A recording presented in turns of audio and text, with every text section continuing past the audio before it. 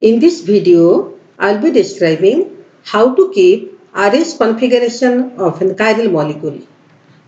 So here you can see the chiral molecule means when the tetrahedral carbon is attached with the four different groups and that is not in the plane, they're in the space, like two groups in the plane and the two is out of plane, one in above the plane and one in below the plane. So that kind of molecules is called a chiral molecule. And when you take mirror images of this chiral molecule, the mirror images, whatever is coming, that molecule and that original molecule, so that two molecules will not be superimposable or superimposed. So this kind of molecules are known as a chiral molecule. And this kind of molecules you can keep the RS configuration naming.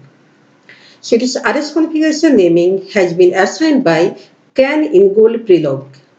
So according to the Can-Ingold-Prelog's rules or the priority rules, whatever the groups are attached to the tetrahedral carbon, you have to put the priority order of that group. So the priority order will be coming according to the atomic number rule.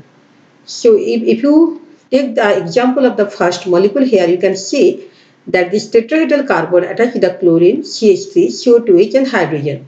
So number 1 will be the chlorine and number 2 priority will be the CO2H and number 3 will be CH3. So chlorine, because its atomic number high, so it will be number 1. CO2H, after carbon there is 2 oxygens coming which atomic number is higher than this hydrogen, and so it will be number 2 and CH3 will be the number 3 and number 4 will be the hydrogen. So here hydrogen in the back position. So according to this rule, when you see the molecule or view the molecule from the front side and priority order in that anti-clockwise directions or sinister, we can say the left-handed molecule or the sinister, or we can put the naming S.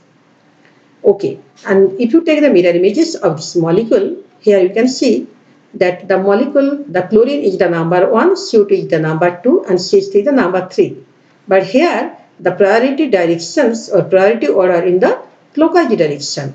Clockwise direction means right-handed and right-handed means rectus. Another name is the rectus, which naming it means the right-handed and giving the nomenclature or configuration R.